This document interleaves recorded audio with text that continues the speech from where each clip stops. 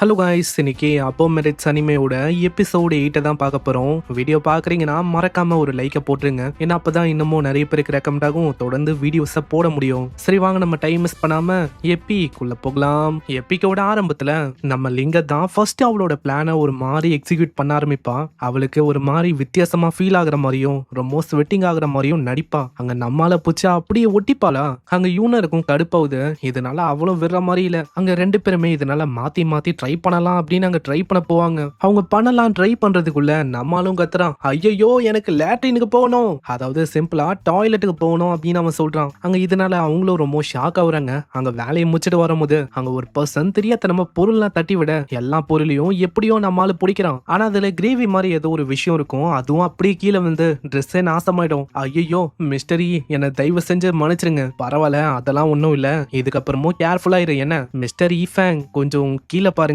அந்த கிரேவி அங்க கூட்டிருக்கோம்ல, அது ஏதோ ஒரு அன்லக்கி சைனா மாறும். அங்க இத பார்த்தோன்னே அவனுக்கு அன்லக்கி ஓட்டிக்கமோன்னு சொல்லி அந்த பர்சன் பயந்து ஓடிறான். அட அன்லக்கி, அதெல்லாம் ஒண்ணுமே இல்லப்பா, உங்களுக்கே தெரியும் நான் இன்னைக்கு எந்த அளவுக்கு பயங்கரமா ஜெயிச்சிருக்கேன்னு. அப்படி இருக்கும் போது அன்லக்கியான சிம்பிள் அதெல்லாம் எனக்கு நம்பிக்கைலாம் இல்ல. அட போங்க, நான் வந்து போறேன் திரும்பவும் கேம் விளையாட. திரும்பும் போது ஒரு பர்சனா ஆள் இடிக்கிறான். இதனால பொருளும் அப்படி கீழே வந்து திரும்பவும் அதே மாதிரி அன்லக்கி சிம்பிள் அது அங்க வரும். ஆனா ஒரு சைடு நல்லா பாருங்க மிஸ்டரி, ஏன்னா இன்னைக்கு நீங்க நிறையவே ஜெயிச்சிட்டீங்க. அதனால காடுக்கே உங்க மேல ஜெலஸா ஃபீல் ஆகுதுன்னு நினைக்கிறேன். நீங்க இந்த விஷயத்த நம்பாம கூட இருக்கலாம் வேணும்னா. அட எம்மா நீ போதும்மா, நிறுத்து. இந்த விஷயத்து மேல எனக்கு நம்பிக்கை இருக்கு.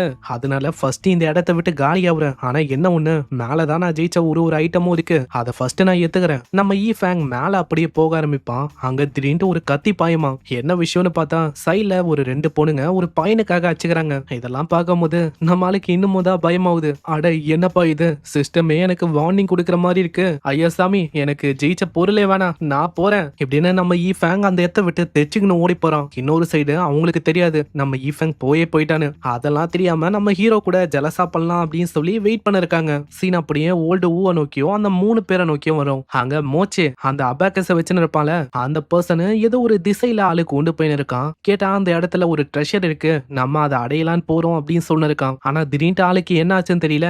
மோசே ஏதோ ஒரு ட்ரிக்க பண்ணி அவங்க மூணு பேரையுமே வசமா ஒரு இடத்துல ட்ராப் பண்ண ஆரம்பிக்கிறான். அங்க ஏகப்பட்ட டென்டக்களை வச்சு தொடர்ந்து அட்டாக் பண்ண ஆரம்பிக்கிறான். ஆனா எல்லா டென்டக்களையும் அவங்க அசால்ட்டா உடைக்கிறாங்க. மோச்சே என்ன பண்ணிருக்க நீ? நம்ம இருக்கிற இந்த இடம் இருக்குல்ல, இதுதான் இம்மார்டலுக்கும் டீமன்ஸுக்கும் இடையில பேட்டில் ஏற்பட்ட ரூயின்ஸ். இங்க நேச்சுரலாவே ஏகப்பட்ட ஃபார்மேஷன் இருக்கு. என்ன லைட்டா அதுல மாடிஃபிகேஷன் நான் பண்ணிருக்கேன். அதனால இப்போ நீங்களும் வசமா மாட்டிக்கினீங்க. கூடிய சீக்கிரத்துல இந்த இடத்துல உங்களுக்குன்னு சமாதியும் அமைய போகுது. நம்ம ஊஜாங்கு ஹோலி லைட் ஸ்ட்ரைக் அதை பயன்படுத்துவாரு. ஆனா மோஜேக்கு இத பத்தி அவங்க தெரிஞ்சிருக்கு. கண்டிப்பா ஆளு இந்த டெக்னிக்கை பயன்படுத்துவானு. ஆல்ரெடி இது எல்லாத்துக்குமே ஒரு ப்ரிப்பேர் ஆயிட்டு தான் வந்திருக்காரு போல.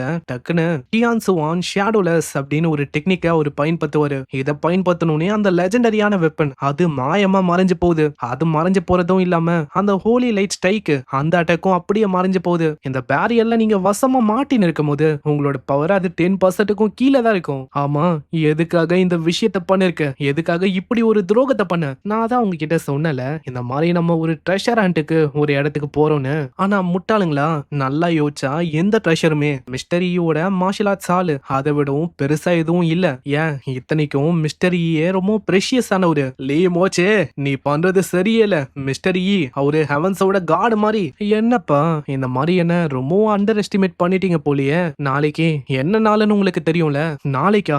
ஆமா நாளைக்கு தான் ஜிஎன்டிஎன் கான்டினென்ட்ல 5000 வருஷத்துக்கு ஒரு முறை வர in year, in month, in date, in hour, அதுதான்.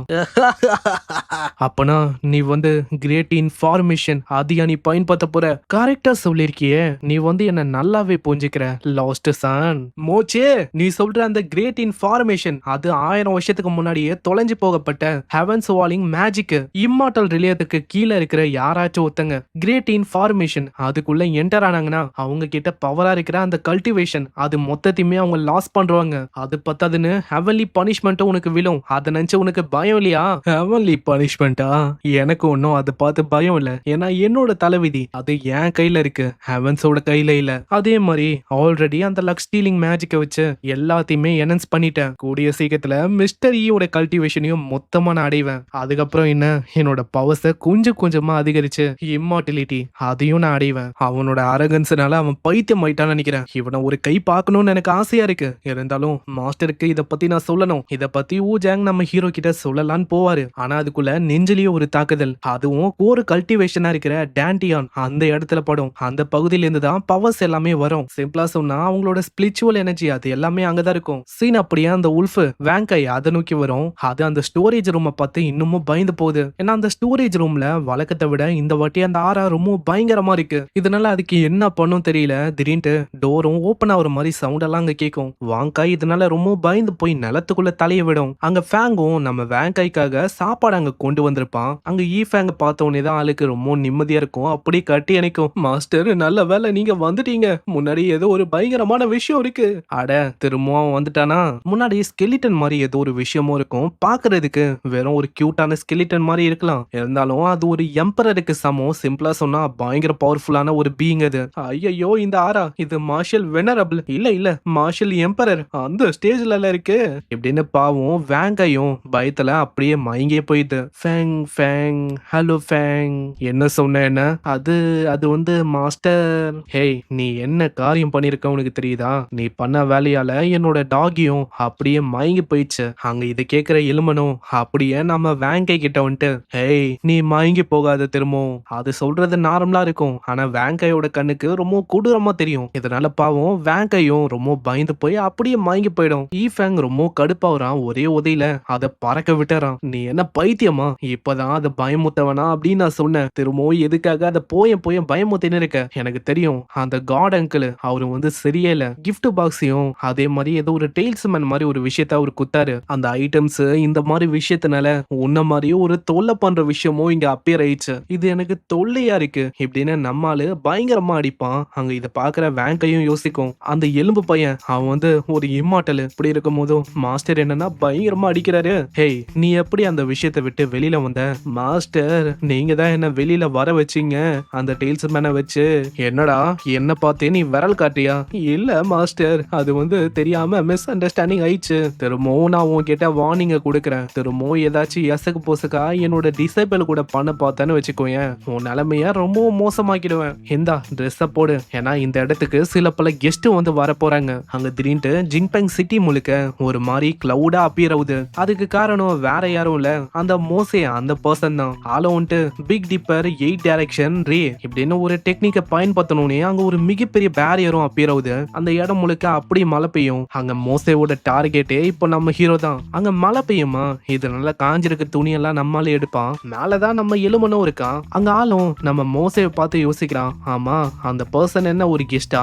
மோசே திரும்ப ஒரு டெக்னிக்கை பயன்படுத்துவான். Yin and yang alter sun and moon inverted இப்படின்னு அந்த அபாக்கஸ் மூலமா பயங்கரமான ஸ்பிரிச்சுவல் எனர்ஜியை வானத்துக்கு சென்ட் பண்ணுவான். அங்க டியானியன் கிராண்ட் ரே அப்படின்னு ஒரு விஷயத்தையும் ஆளு ஓபன் பண்ணுவான். என்னடா இது டெக்னிக்கு பேரு எல்லாமே ரொம்ப வித்தியாசமா இருக்கா அப்படின்லாம் ரொம்பலாம் யோசிக்க வேணாம். நார்மலா எப்படி மேஜிக்கை வச்சு அட்டாக் பண்ணுவாங்க அதே மாதிரி கல்டிவேஷன்ல இந்த மாதிரி சில பல டெக்னிக்ஸை வந்து அவங்க பயன்படுத்துவாங்க. அதுல இதுவும் ஒண்ணு. நம்ம இருக்கிற அந்த இடத்த நோக்கி ஒரு பயங்கரமான பேரியரும் அப்பியர் ஆகுது. இதை பார்த்தோன்னே நம்ம எலும்பனுக்கும் அங்க தெரியும். அட இந்த டெக்னிக்கு டியான் என் கிராண்ட் ரே ஆச்சு. அப்பனா இப்போ வந்திருக்க அந்த பர்சன் அவன் ஒன்னும் நம்ம மாஸ்டருக்கு கெஸ்ட் இல்ல, அவன் எனிமியா?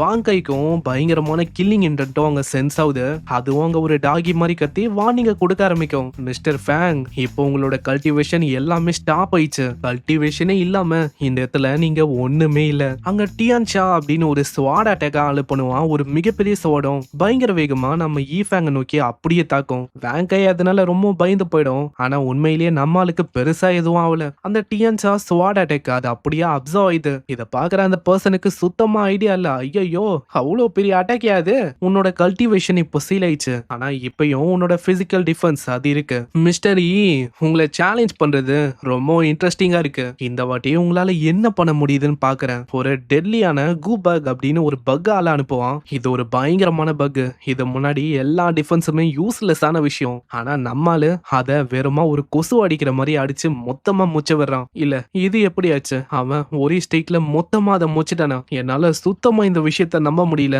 நான் அனுப்புன அந்த பக் கிட்ட அழிக்கவே முடியாத ஒரு பாடி இருக்கு. அப்புறம் எப்படி அந்த விஷயத்த அவன் பண்ணா? இப்ப அவன் ஒரு ஃபார்மேஷனை அங்க கிரியேட் பண்ணால ஹெவன்லி இன்ரேன்னு. அதை வந்து நேச்சரையே எதிர்க்கிற ஒரு ஃபார்மேஷனை இம்மார்டலா இல்லாத போது பண்ணா அவ்வளவுதான் நிலைமை மோசமாகும். அதே மாதிரி தான் இப்பயும் அவங்க மூக்கு வாய் எல்லாத்துல இருந்தும் ரத்தமா வரும். அங்க இதே விஷயத்த தான் நம்ம ஊசாங்கோ அங்க சொல்லியிருப்பாரு. அதனால ஆளுக்கு ரொம்ப பயம் டைம் ஆயிடுது. இதே மாதிரி போச்சுன்னா அவ்வளவுதான், இங்கேயே இறந்து போற மாதிரி ஆயிடும். இதனால ஆளு அந்த இடத்த விட்டு தெச்சுக்கின்னு போறான். ஆனா பின்னாடியே நம்ம போனி அதுவும் அங்க வரும். அட இது என்ன புது ஆறாவா இருக்கு, இது ஒன்னும் மிஸ்டர் ஈஃபேங்கோட ஆறா இல்ல. அந்த வித்தியாசமான விஷயமும் மோசே முன்னாடி வந்து நிக்கும். அங்க மோசேக்கு புரியல, ஆமா நீ யாரு. மோசே அப்படியே அட்டாக் பண்ண ஆரம்பிக்கிறான். இதனால அந்த இடத்துல ஒரு பெரிய எக்ஸ்ப்ளோஷனும் கிரியேட் ஆகுது. கீழே ஒரு வயசானவரும் இது எல்லாத்தையுமே பாப்பாரு. அப்பனா மேல ரெண்டு எக்ஸ்பர்ட்டுக்கு இடையில சண்டை போதா, நான் அதை பார்க்கணும் இப்படின்னு ஆளு மேல வரான். இந்த சைடு ஒரே அட்டாக்ல மோசேவை அப்படியே அது தள்ளிவிடும். ஆமா நீதான் அந்த ஈஃபேங்கா? நான் ஈஃபேங் கிடையாது, நான் மியர்லி அவரோட ஒரு சர்வன் தான். அவரால பெரிய அட்டாக்ஸா அப்சர்வ் பண்ண முடியுது. லிட்டரலி ஒரே அடியில எல்லாத்தையுமே அவரு நொறுக்கிறாரு. அப்பனா இந்த ஈஃபேங் அவன் வந்து ஒரு லெஜெண்டரியான இம்மார்டலா? ஆனா உடனே அந்த போனியும் சைட்ல வந்துட்டு, உன்கிட்ட நான் ஒரு சீக்ரெட்டை சொல்லணும் தெரியுமா? அது என்னன்னா, நீ நினைக்கிற மாதிரி என்னோட மாஸ்டர் ஒரு லெஜெண்டரியான இம்மார்டல் இல்ல. அவரு ஆக்சுவலா ஒரு காடு.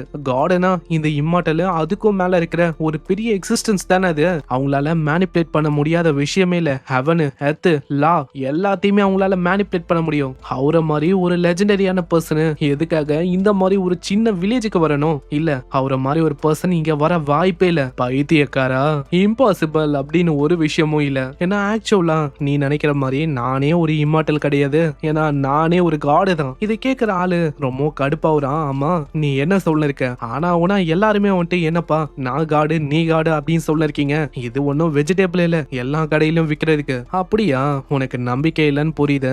இந்த மாதிரி நான் உனக்கு ஒரு சின்ன மிராக்கிள காட்டுவா. அங்க டைம் ஆளு மேனிபுலேட் பண்ண ஆரம்பிப்பான். டைம் மேனிபுலேட் பண்ணவுனே அப்படியே ஆளு ரொம்ப எங்கா மாறுவான். அங்க இதனால மோசேவோட அப்பாவோட குரல்லாம் கேட்கும். அப்பா உண்டி இல்ல, நெய்பர்ஸ் அக்கம் பக்கத்துல இருக்கவங்க, லவ்வரு, அங்க எல்லாருமே ஒரு டைம்ல மட்டம் தட்டி இருப்பாங்க. நிறைய பேர் புகழ்ந்திருப்பாங்க. இந்த மாதிரி விஷயம்லாம் கேட்டவுனே மோசேக்கு அதுக்கப்புறம் தான் ரியலைஸே ஆகுது, நீங்க உண்மையிலேயே ஒரு காடு. ஏன்னா டைமையே மேனிபுலேட் பண்ற மாதிரி இந்த விஷயத்த பண்றது ஒரு காடால ஒண்டிதான் பண்ண முடியும். சரி சரி, இந்த மாதிரி டைமோட ஸ்டார்டிங் நீ பார்த்தல, டைம் எப்படி முடியும்னு உனக்கு காட்டவா? எப்படின்னா அங்க டைமை கொஞ்சம் ஏத்தி விட, அவ்வளவுதான். அந்த இடத்துல மோசைக்கு கொஞ்சம் கொஞ்சமா ஏஜ் ஆகுது. மொத்தமா ஆளு ஒண்ணுமே இல்லாம அழிஞ்சு போறான். பாக்குற அந்த வயசானவருக்கு சுத்தமா ஆள் இல்ல. ஐயோ நான் என்னத்த பார்த்தேன், தெரிஞ்சோ தெரியாமலோ அவன் கையில மாட்டிக்கினா அவ்வளவுதான், என் கதை முடிஞ்சிரும். இதனால தப்பிச்சு போலான்னு அவரு ட்ரை பண்ணுவாரு. ஆனா அதுக்குள்ள அந்த போனி அது அங்க வந்துரும். அங்க அவ்வளவுதான். அங்க போனிய பார்த்தோன்னே ஆளுக்கு சுத்தமா ஆள் இல்ல. இதனால ஆளு கெஞ்ச ஆரம்பிக்கிறான், ஐயா சாமி தயவு செஞ்சு என்ன உயிரோட விட்டுகள, நீங்க நினைக்கிற மாதிரி எல்லாம் இல்ல சாமி, நான் ஜஸ்ட் இந்த சைடுக்கா போயின்னு இருந்தேன் அவ்வளவுதான்.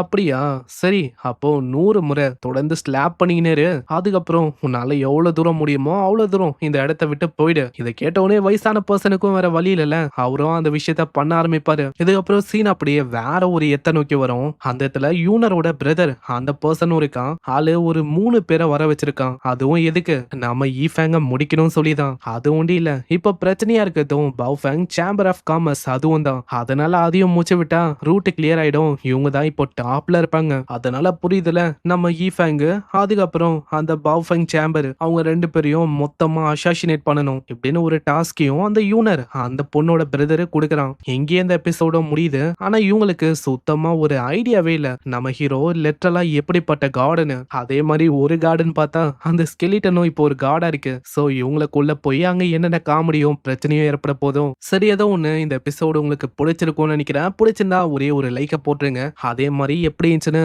மறக்காம கமெண்ட் பண்ணி சொல்லுங்க. நான் உங்களை நெக்ஸ்ட் எபிசோட்ல சந்திக்கிறேன். தேங்க்யூ ஃபார் வாட்சிங். சைனரா.